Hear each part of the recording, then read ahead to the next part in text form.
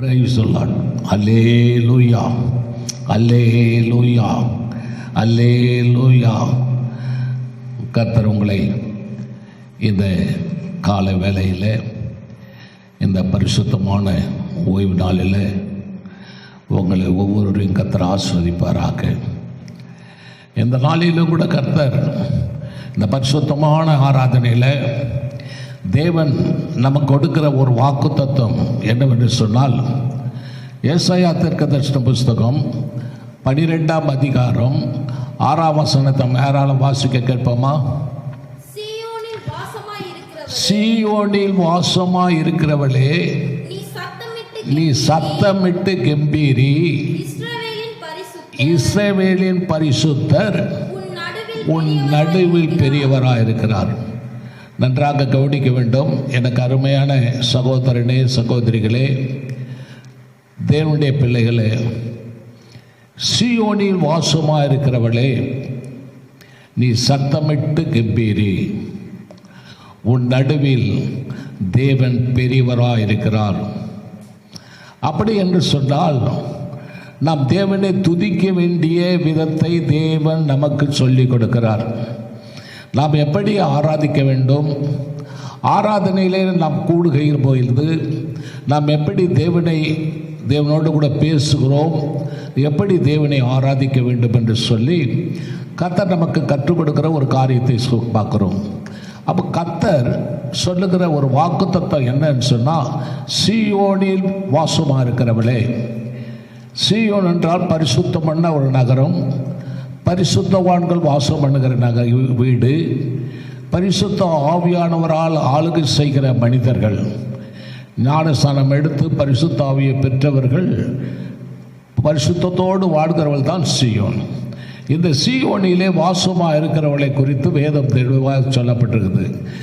நீங்கள் சத்தமிட்டு ஜெபிக்க வேண்டும், பாட வேண்டும், துதிக்க வேண்டும்.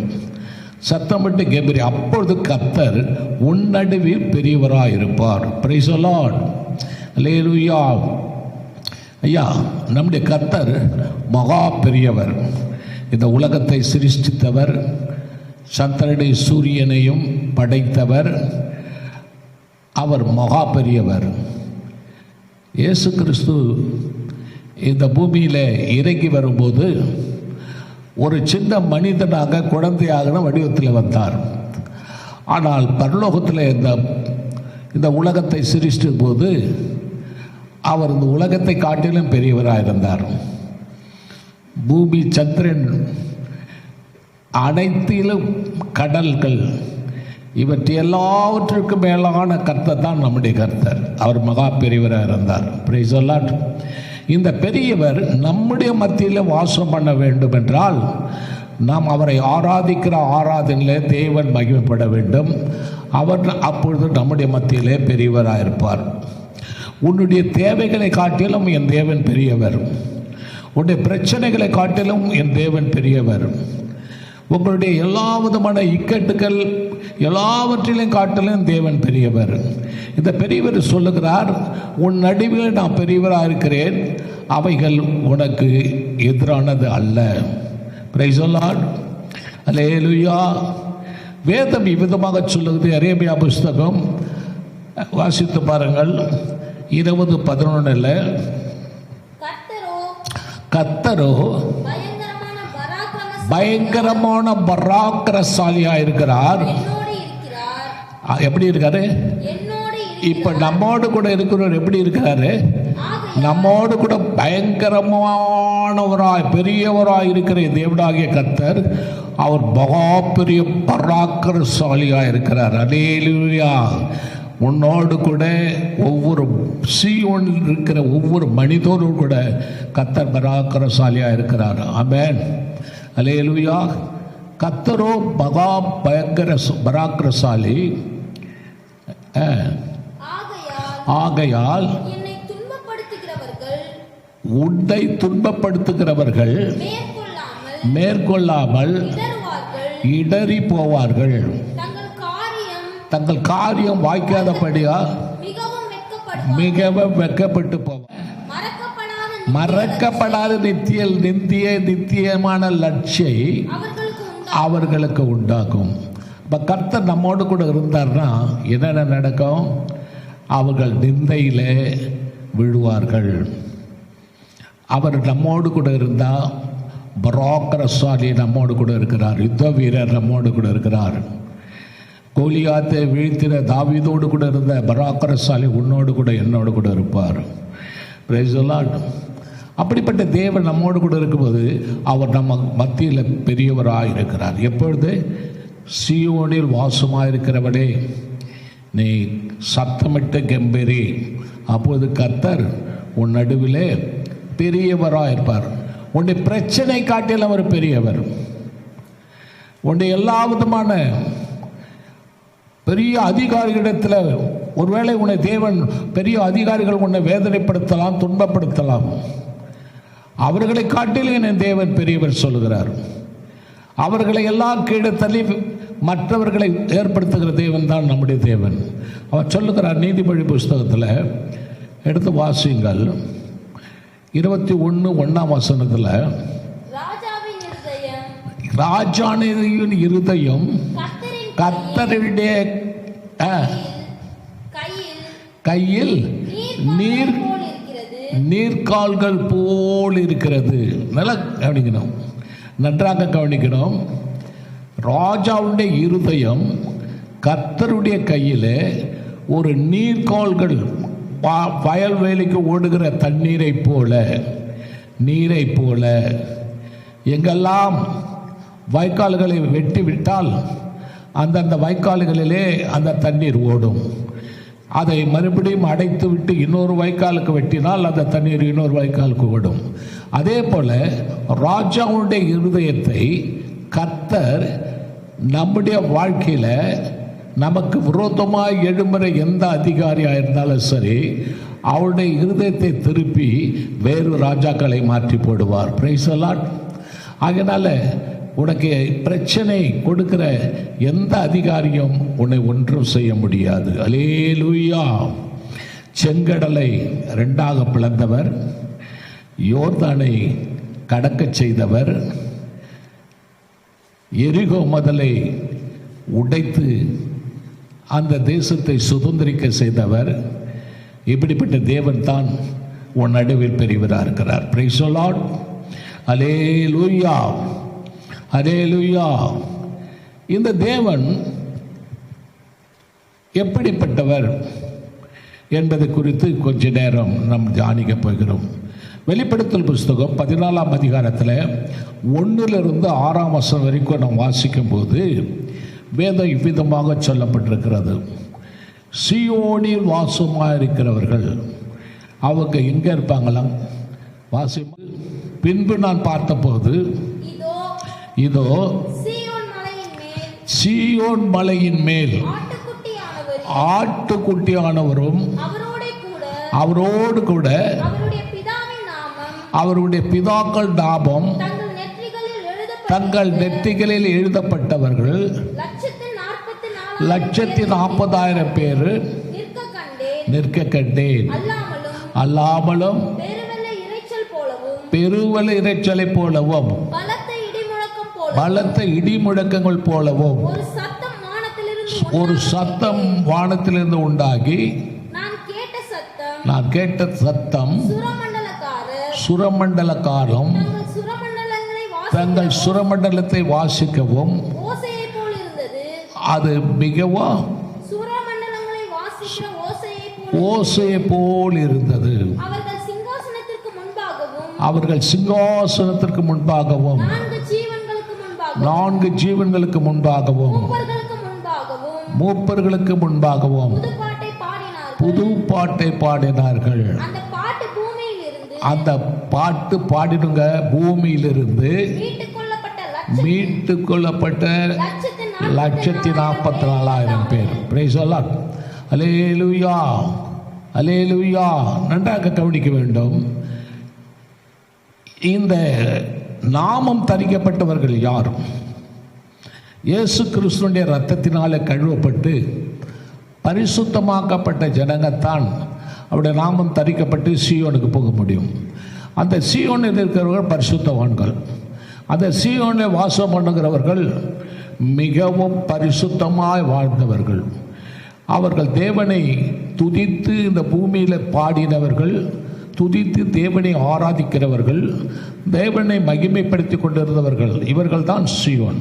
இந்த சீயோனை தேவனாகிய கர்த்தருடைய பாதத்தில் அவர்கள் கடந்து போனார்கள். தேவனாகிய கர்த்தர் அந்த இடத்துல வீற்றிருக்கிறார். அங்கே 144,000 பேரும். அந்த பழைய கணக்கு, அது புதிய ஏற்பாட்டுக்கு முன்பாடி நடந்த கணக்கு குறித்து நான் பார்க்குறோம். இங்கே பிரைஸ் தி லார்ட். அந்த கணக்கின்படி அங்கே தேவனாகிய கர்த்தர் இயேசு கிறிஸ்து பிறப்பதற்கு முன்பாகவே அங்கே மீட்டு கொள்ளப்பட்டவர்கள் அத்தனை பேராக இருந்தார்கள். Praise the Lord. அல்லேலூயா.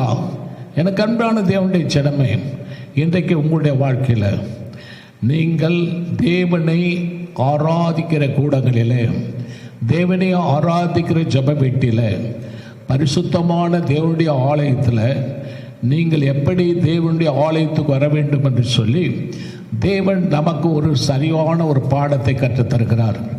நாம் ஆராதிக்க வேண்டிய விதம் எப்படி என்று சொன்னால், தேவனை பாடி துதித்து, தேவனை சத்தமிட்டு முழங்கி, அவரோடு கூட அவருடைய நாமம் தரிக்கப்பட்ட ஜனங்களாய் நாம் அவர் எங்கு போகிறாரோ, ஆட்டுக்குட்டியானவர் எங்கு போகிறாரோ அங்கெல்லாம் நாம் கடந்து போகிற ஜனங்களாய் இருக்க வேண்டும் என்று சொல்லி கர்த்தர் விரும்புகிறார். நீங்கள் அதை உங்கள் வீட்டில் போய் வாசித்து பாருங்கள். 14ஆம் அதிகாரம், யோவான் எழுதிய புஸ்தகம் 14ஆம் அதிகாரம் 1லிருந்து 6ஆம் வசனம் வரைக்கும் நீங்கள் வாசித்து பார்த்துருவீங்கன்னா உங்களுக்கு அது நன்றாக தெரியும். வெளிப்படுத்தல் புஸ்தகம் 14:1-6. Praise the Lord. அல்லேலூயா. இவர்கள் பரிசுத்தம் உள்ள சீயோன் எனப்படுவார்கள். அல்லேலூயா. அடுத்ததாக ஒரு காரியத்தை உங்களிடத்தில் நான் சொல்லுகிறேன். எனக்கு அருமையான தேவனுடைய ஜனமே, சத்தமிட்டு கம்பீரி. அப்படி என்றால் முதலாவது தேவனை ஆராதிக்கிற விதத்தை நாம் கற்றுக்கொண்டோம். ரெண்டாவது, தேவன் சபையில் கர்த்தரை சத்தமிட்டு கம்பீரிக்க வேண்டும் என்று சொல்லி வேதம் சொல்லுகிறது. சத்தமிட்டு கம்பீரிக்கிறவர்களை அவர்கள் மத்தியிலே கர்த்தர் பெரியவராயிருப்பார். Price the Lord. அல்லேலூயா. சத்தமிட்டு கம்பீரிக்கிறவர்கள் மத்தியிலே கர்த்தர் பெரியவராக இருக்கிறார். தேவனை ஆராதிக்கிற ஆராதனையில் அது மிகவும் அவசியமான ஒரு பெரிய காரியமாக இருக்கிறது. இந்த ஆராதனை தான் முக்கியமான ஆராதனை. எப்படிப்பட்ட ஆராதனை? சத்தமிட்டு தேவனை ஆராதிக்கணும், சுரமண்டலத்தோடு கர்த்தரை ஆராதிக்கணும், தேவனை மகிமைப்படுத்தி கொண்டே இருக்க வேண்டும், தேவனோடு கூட இணைந்து செயல்பட்டு கொண்டு இருக்க வேண்டும். ஆட்டுக்குட்டி அவர் எங்கே போகிறாரோ அங்கெல்லாம் நாம் இணைந்து செயல்படுகிற ஒரு கூட்டமாக இருக்கும்போது நாமம் தரிக்கப்பட்டவர்களாக காண முடியும். Praise the Lord. அல்லேலூயா. இங்கே ஒரு காரியத்தை நாம் வாசிக்கிறோம். ஏசாயா புஸ்தகம் 6ஆம் அதிகாரம், அதில் 1-7 படி நீங்கள் உங்கள் வீட்டில் வாசிப்பீர்கள் சொன்னால், உசியா ராஜா மரித்து போன பின்பு ஏசாயா வாழ்க்கையில் ஒரு தரிசனத்தை காண்கிறான். அந்த தரிசனம் என்ன? ஏசாயா தீர்க்கதரிசி காண்கிற தரிசனம் மிக மிக முக்கியமான ஒரு தரிசனத்தை ஏசாயா தீர்க்கதரிசிக்கு கர்த்தர் விளக்குகிறார். அது சுட்டி காட்டுகிறார். அவருடைய வாழ்க்கையை மாற்ற, அவருடைய வாழ்க்கையில் எப்படி வாழ வேண்டும், ஜனங்களுக்கு எப்படி தீர்க்கதரிசனம் உரைக்க வேண்டும் என்று சொல்லி சுட்டி காட்டுகிற ஒரு தீர்க்கதரிசனத்தை நாம் பார்க்கிறோம். எனக்கு அருமையான தேவனுடைய ஜனமே, இந்த இடத்துல 6ஆம் அதிகாரம், ஏசாயா புஸ்தகம் 6ஆம் அதிகாரம், அங்கே 1ஆம் வசனம் இவ்விதமாக சொல்லுது, உசியா ராஜா மரித்த பின்பு. அடுத்து வாசிமா. உசியா ராஜா மரணமடைந்த பின்பு ஆண்டவர் உயரமும் உன்னதமான சிங்காசனத்தின் மேல் வீட்டிற்கு கண்டேன். நன்றாக கவனிக்கணும். உசியா ராஜா மரித்த பின்புதான் ஆண்டவர் ஏசாயா தீர்க்கதரிசிக்கு இதை வெளிப்படுத்துகிறார். காரணம் என்ன? இந்த உலகத்தில் இருக்கிற ஜனங்கள், இந்த உலகத்தில் வாழ்ந்து கொண்டிருந்த ஜனங்கள், இஸ்ரவேலின் ஜனங்கள் அவர்கள் எந்த விதத்தில் தேவனை ஆராதித்தார்கள், எப்படி துதித்தார்கள், எப்படி தேவனுடைய நாமத்தை மகிமைப்படுத்தி கொண்டிருந்தார்கள், தேவன் அவர்கள் மத்தியிலே எப்படி பெரியவராக இருந்தார், இந்த பெரியவராக இருக்க இவர்கள் செய்த காரியங்கள் என்ன என்பதை விளக்கி காட்டுகிறார். முதலாவது சொல்லுகிறார், அவர்கள் தேவனை தரிசிக்கவில்லை, அவர்கள் ஆராதனையிலே தேவனை தரிசிக்கவில்லை, தேவனை அவர்கள் கண்டதில்லை. இங்கே தாவீது ஏசா தீர்க்கதரிசிக்கு கர்த்தர் வெளிப்படுத்துகிறார், இந்த உசியா மரித்த பின்பு, ராஜா மரித்த பின்பு அவன் கண்ட சொப்பனம் ஆண்டவரை பற்றி மிகவும் பயங்கரத்தோடு தோற்றமுள்ளவர் என்பதை வெளிப்படுத்துகிறான். வாசிக்க அடுத்த வசனம். சேராபீன்கள் அவருக்கு மேலாக நின்றார்கள், அவர்களில் ஒவ்வொருவனுக்கும் ஒவ்வொரு சேட்டைகள் கொடுக்கப்பட்டது. அவன் ஒவ்வொரு கரங்களினால் முகத்தை மூடிக்கொண்டு, இரண்டு சட்டைகளினால் மூடி, ரெண்டு சட்டைகளால் தன் கால்களை மூடி, இரண்டு சட்டைகளால் பறந்து ஒருவரை ஒருவர் நோக்கி, சேனைகளின் கர்த்தர் பரிசுத்தர் பரிசுத்தர் பரிசுத்தர், பூமி அனைத்தும் அவருடைய மகிமையினால் நிறைந்திருக்கிறது. போதும், இப்படிப்பட்ட ஒரு தரிசனத்தை அவன் காண்கிறான். இதுவரைக்கும் அப்படிப்பட்ட ஒரு தரிசனத்தை கர்த்தர் வெளிப்படுத்தலை. காரணம் கேட்டால், உசியா ராஜாவை நம்பி வாழ்ந்திருக்கிற ஜனங்கள் இப்படித்தான் இருந்தார்கள்.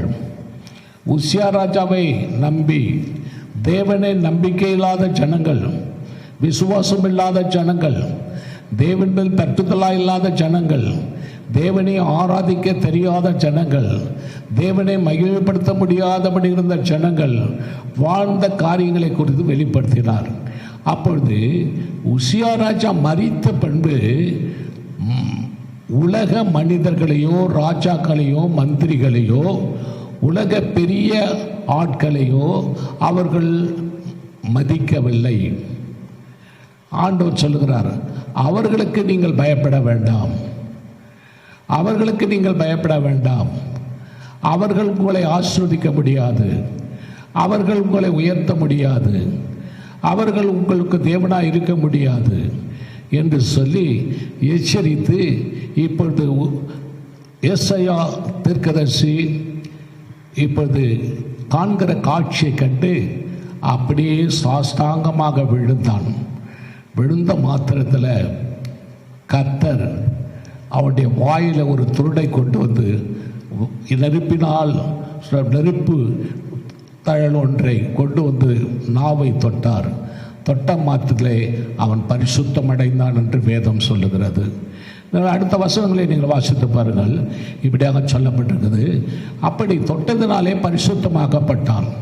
இதுவரைக்கும் இந்த உசியா ராஜா மரிக்கிற வரைக்கும் ஜனங்கள் அவனை தான் நம்பி இருந்தார்கள், தேவனை நம்பி இல்லை. தேவனை விட்டு விட்டார்கள். ஆராதனைக்கில், துதிப்பதில், பாடுவதில் தேவனை அவர்கள் விட்டு விட்டிருந்தார்கள். எனக்கு அருமையான தேவன் ஜனமே, அவன் மரித்த பின்புதான் கர்த்தர் ஏசாயாவுக்கு தீர்க்கதரிசிக்கு வெளிப்படுத்துகிற இந்த காரியத்தை நாம் பார்க்கிறோம். அல்லேலூயா, அல்லேலூயா. இதெல்லாம் கவனிக்க வேண்டும். அடுத்த ஒரு காரியத்தை பார்க்குற, அது ஒரு வசனத்தை மட்டும் வாசித்து பாருங்க. மார்க் எழுதிய புஸ்தகம் 12:30 வாசிமா. உன் தேவனாகிய கர்த்தரிடத்தில் முழு உள்ளத்தோடும், முழு இதயத்தோடும், முழு மனத்தோடும், முழு பலத்தோடும் அன்பு கூறுவாயாக என்று பிரதான கற்பனையாக இருக்குது. அப்போ நாம் தேவன் இடத்துல எப்படி இருக்கிறோம்? கொஞ்சம் விசுவாசத்தை பாருங்க. அப்போஸ்தலனாகிய மார்க் எழுதுகிறார், உன் தேவனாகிய கர்த்தரிடத்தில் முழு பலத்தோடு, முழு பலம் வேணும், அன்பு கூற வேண்டும், அவருடைய பரிசுத்தத்துக்குள்ளாக வாழ வேண்டும், அவர் சொல்லுகிற காரியங்களை கீழ்ப்படிய வேண்டும். இப்படி அவரிடத்தில் அன்பு கூர்ந்து வாழ்கிற மக்களை தான் ஆண்டவராக இயேசு கிறிஸ்து அவர் பார்க்கிறார். அப்படிப்பட்ட மக்கள் மத்தியில் தான் கர்த்தர் பெரியவராக இருப்பார். அல்லேலூயா, அல்லேலூயா. நல்ல சத்தமாக சொல்லுங்க, பிரைஸ் தி லார்ட். ரெண்டாவது காரியத்தை சொல்கிறேன், மகிழ்ந்து களி கூறு. எப்படி இருக்கணும்? மகிழ்ந்து களி கூற வேண்டும், எப்பொழுதும் சந்தோஷமாக இருக்க வேண்டும். அப்போஸ்தலன் பவுல் சொல்கிறார், சந்தோஷமாக இருங்கள், சந்தோஷமாக இருங்கள், எப்பொழுதும் சந்தோஷமாக இருங்கள். யோவேல் 2:21 வாசிமா, தேசமே பயப்படாதே, மகிழ்ந்து களி கூறு, கர்த்தர் உன் நடுவில் பெரிய காரியம். அப்போ நான் முதலாவது பயப்படக்கூடாது, ரெண்டாவது என்ன செய்யணும்? கர்த்தர் நம்ம மத்தியில் பெரியவராக இருக்கணும்னா எப்பொழுதும் சந்தோஷமாக இருக்கணும்.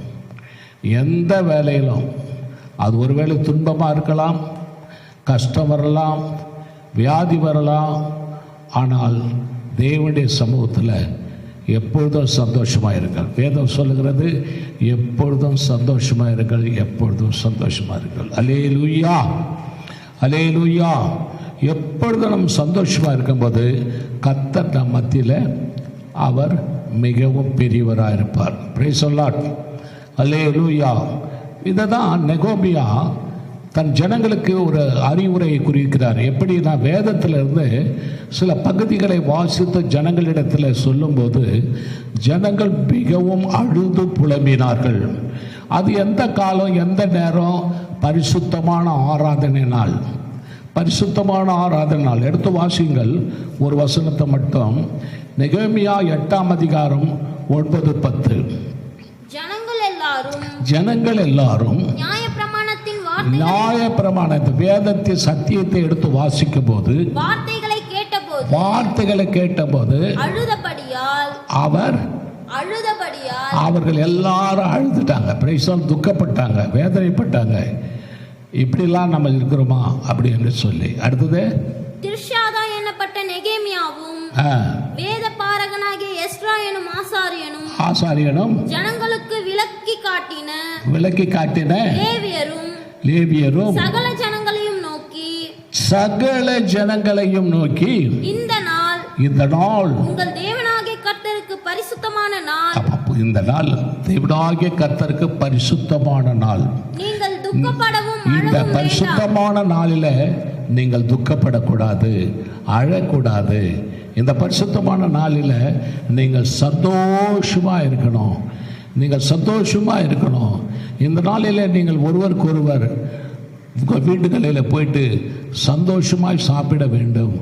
ஒவ்வொருக்கு ஒருவர் ஏழைகளுக்கு இறங்கி கடன் கொடுக்கிறவன் எப்படிப்பட்டவனாக இருப்பானோ அப்படிப்பட்டவனாக உங்களுடைய வாழ்க்கையில், உங்கள் குடும்பங்களில், உங்கள் பக்கத்து வீட்டில் பரிசுத்தவான்களோடு கூட ஐக்கியப்பட்டு அவங்களுடைய தேவைகளில் நீங்கள் சந்தித்து சந்தோஷமாக இந்த நாளை கொண்டாடுகிற ஒரு நாளாக மாற்றிக்கொள்ள வேண்டும் என்பது தான் இங்கே நெகோமியா அங்கே வேத பிரமாணத்தை எடுத்து வாசித்து ஜனங்களுக்கு உரைக்கிற ஒரு அறிவுரை. பிரைஸ் தி லார்ட், அல்லேலூயா. நான் சந்தோஷமா சொல்லுங்க, அல்லேலூயா.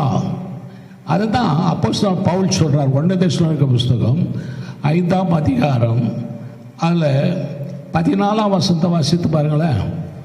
1 தெசலோனிக்கர் 5ஆம் அதிகாரம் 14ஆம் வசனம். மேலும் சகோதரர்களே, நாங்கள் உங்களுக்கு போதிக்கிறது என்னவென்றால், என்ன சொல்லணும்? ஒழுங்கில்லாதவர்களுக்கு புத்தி சொல்ல வேண்டும். அடுத்தது திடன் இல்லாதவர்கள், நம்பிக்கை இல்லாதவர்களுக்கு, விசுவாசம் இல்லாதவர்களுக்கு, தேவன் மேல் பற்றுதலாக இருப்பவர்களுக்கு எடுத்து என்ன பண்ணணும்? அவங்கள நம்ம தேற்றுகளாக இருக்கணும். பிரைஸ் தி லார்ட், அல்லேலூயா. அப்போ அவங்களை தேற்றுகிறது மாத்திரமல்ல, நன்றாக கவனிக்க வேண்டிய கருமையான தேவனுடைய சினமே, அவர்களுக்கு புத்தி சொல்ல வேண்டும். இடறிப்போனால், தவறிப்போனால், பலவிதமான காரியங்களிலே அவர்கள் ஈடுபட்டு அவர்கள் பாவம் செய்து தேவனுக்கு விரோதமான காரியங்களை செய்வார்கள் என்று சொன்னால் எச்சரிக்க வேண்டும். அதனால சபையில் ஒரு போதகர் எச்சரிப்பார் சொன்னால், போதகர் சில காரியங்களை குறித்து சொல்லுவார் என்று சொன்னால், நீங்கள் அதற்காக சங்கடப்படக்கூடாது, வேதனைப்படக்கூடாது, துக்கப்படக்கூடாது. கர்த்தர் சொல்லுகிறார், இடறிப்போர்களை தேற்றுங்கள், அவர்களுக்கு புத்தி சொல்லுங்கள். பவுல் சொல்றார். இப்படிப்பட்ட காரியங்களில் நாம் மிகவும் எச்சரிக்கையாக இருக்க வேண்டும். அல்லேலூயா. அதுதான் பிலிப்பியருக்கு எழுதிய புஸ்தகம் ரோமர் 14:17 சொல்றாரு. ரோமர் 14:17 தேவனுடைய ராஜ்யம் புசிப்பும் குடிப்பல்ல,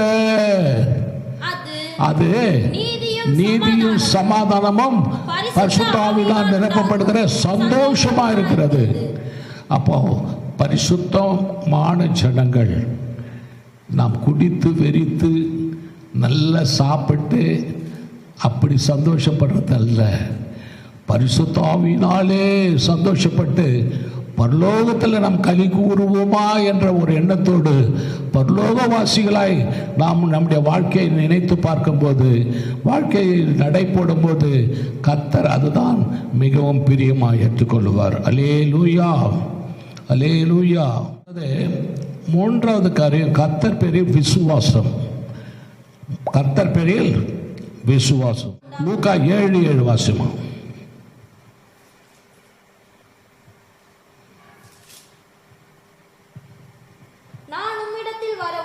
நான் உங்களிடத்தில் வரவும் என்னை பாத்திரனாக எண்ணவில்லை, ஒரு வார்த்தை மாத்திரம் சொல்லும், அப்பொழுது என் வேலைக்காரன் சொஸ்தமாவான். நல்லா கவனிக்கணுமா, நன்றாக கவனிக்க வேண்டும். இங்கே ஒரு காரியம் நடக்கிறது. 100க்கு அதிபதி, ஒரு போர் வீரன், அநேக போர் வீரர்களுக்கு பெரியவன், அப்படிப்பட்ட ஒரு மனுஷன், அவன் 100க்கு அதிபதி என்று அழைக்கப்பட்டிருக்கிறான். இந்த மனுஷனுடைய வேலைக்காரன் மிகவும் வியாதிப்பட்டு, துன்பப்பட்டு, வியாகுலப்பட்டு, சாவுக்கு ஏதுவான வியாதியாக இருக்கிறான். இவனை பலர் இடத்துல, பல டாக்டர்களிடத்தில் அவனை பார்த்தார்கள். அவன் எத்தனையோ டாக்டர்களை அழைத்து பார்த்திருக்க கூடும். இவ்வளவு பெரிய மனிதன், அவனுடைய வேலைக்காரனுக்கு சுகம் கொடுக்க ஒருவராலும் முடியவில்லை. ஆனால் ஒரு நாள் இயேசு என்கிற ஒரு தீர்க்கதரிசி இந்த பூமியில உலாவி கொண்டிருக்கிறார். அவர் இந்த பக்கமாக ஒருவேளை வருவார் என்று சொன்னால், நீங்கள் அவரை ஓடி ஓடி போய் உங்களுடைய வீட்டுக்கு அழைத்து கொண்டு வாங்கள். அவர் அவன் மீது கைகளை வைத்து ஜெபிப்பார் என்று சொன்னால் அவன் சுகம் பெற்று விடுவான். இப்படிப்பட்ட வார்த்தையை அவன் கேள்விப்பட்டான். ஆனால் ஒரு நாள் அப்பக்கமாக இயேசு கிறிஸ்து கடந்து போகும்போது இயேசுவை குறித்து அந்த 100க்கு அதிபதி கேள்விப்படுகிறான். இது கேள்விப்பட்ட மாத்திரத்தில் 100க்கு அதிபதி தன்னுடைய விசுவாசத்தை வெளிரங்கமாக காட்டுகிற ஒரு காட்சியை நாம் பார்க்கிறோம். அவன் சொல்லுகிறான், போதகரே, நீங்கள் வீட்டிற்கு அழைத்து வர வேண்டாம்.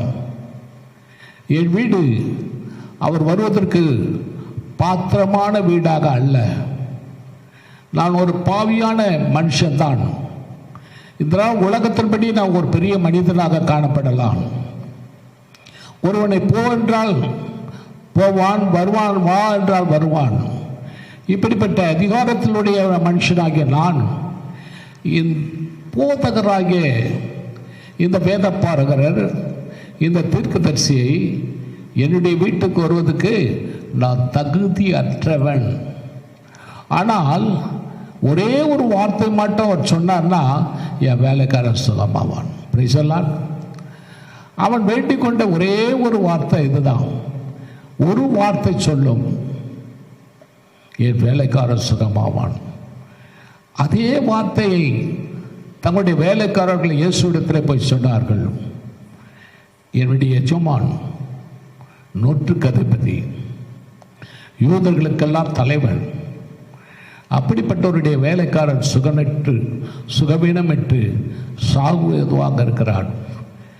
ஆனால் அவர் வீட்டிற்கு நீங்கள் வருவதற்கு அவர் தகுதி அல்ல என்று சொல்லி ஒரு வார்த்தை நீங்கள் சொல்வீர்கள் என்று சொன்னால் என் வேலைக்காரன் பிழைத்து கொள்வான் என்று சொல்ல சொன்னான். அப்படியே சொல்லினார்கள். தேவன் அதை கேட்டு மிகவும் ஆச்சரியப்பட்டு, இப்படிப்பட்ட யூதருக்குள்ளே இப்படிப்பட்ட ஒரு விசுவாசத்திலே நம்பிக்கையிலே திடனுள்ளவர்களா இருக்கிறார்களா என்று சொல்லி தேவன் மிகவும் ஆச்சரியப்பட்டார்.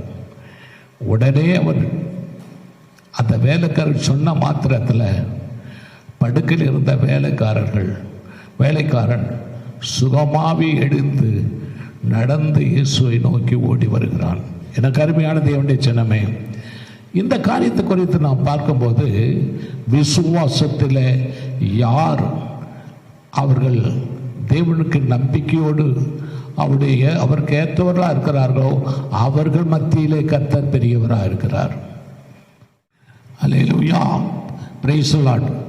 அப்படி என்று சொன்னால் நாம் முதலாவது விசுவாசத்தில் உறுதியாக இருப்போம்னு சொன்னால் நம்முடைய குடும்பத்தில் நம்முடைய பிள்ளைகள் மத்தியில் நமக்கு கர்த்தர் பெரியவராக இருந்து நம்முடைய வீடுகளில் நம்முடைய குடும்பத்தில் பெரிய அதிசயமாக சொல்லி முடியாத, நம்ம நினைத்து பார்க்க முடியாத அதிசயங்களை கர்த்தர் செய்வார். ஆராய்ந்து முடிக்காத அதிசயங்களை கர்த்தர் செய்வார். அது மட்டுமல்ல, இங்கே ஒரு காரியத்தை நாம் பார்க்கிறோம். யோவான் எழுதிய புஸ்தகம் 11ஆம் அதிகாரம், அங்கே வேதம் சொல்லுகிறது. யோவான் எழுதிய புஸ்தகம் 11ஆம் அதிகாரம் 40ஆம் வசனத்தில் அங்கே லாசரு என்ற ஒரு மனிதன் மரித்து விட்டான். Price the Lord. யோவான் 11:40. இயேசு அவளை நோக்கி நீ விசுவாசித்தால் தேவனுடைய மகிமை காண்பாய். போதும். Praise the Lord.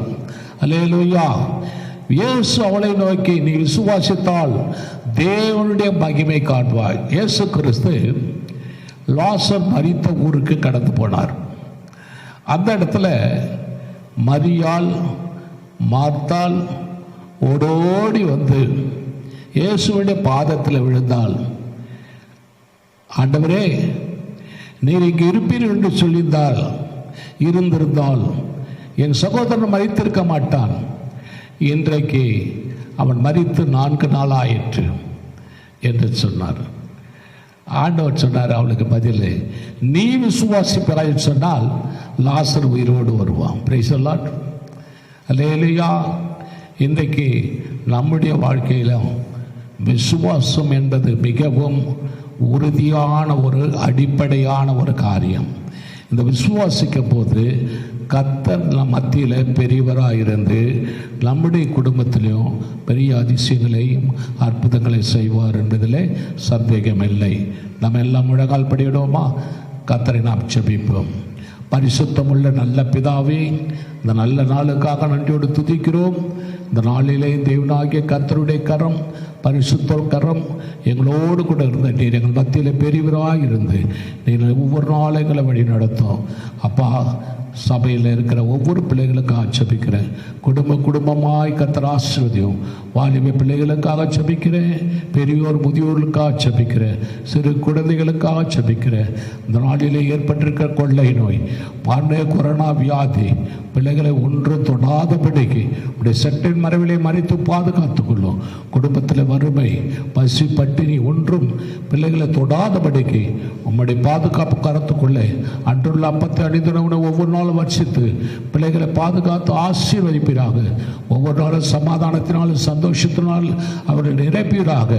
கர்த்தர் உம்மை பாடி துதித்து ஆராதிக்கிற பிள்ளைகளாய், சீயோன் பிள்ளைகள், சீயோனிலே குடியிருக்கிறவர்களாய் பிள்ளைகளை மாற்றும், ஆசீர்வதியும். இயேசுவின் நாமத்தில் கேட்கிறோம் பிதாவே, ஆமென். என் ஆத்துமாவே கர்த்தரை ஸ்தோத்திரி, என் முழுவதுமே அவருடைய பரிசுத்த நாமத்தை ஸ்தோத்திரி. என் ஆத்துமாவே கர்த்தரை ஸ்தோத்திரி, அவர் செய்த சகல உபகாரங்களை மறவாதே, ஆமென். நம்முடைய பிதாவாகிய தேவனாலும் கர்த்தராகிய இயேசு கிறிஸ்துவினாலும் உங்களுக்கு கிருபையும் சமாதானமும் என்றென்றும் எப்பொழுதும் சதா காலம் உங்கள் அடியோரோடு இருந்து உங்கள் ஒவ்வொருவரையும் கர்த்தர் ஆசீர்வதிப்பாராக, ஆமென். அல்லேலூயா, அல்லேலூயா, அல்லேலூயா.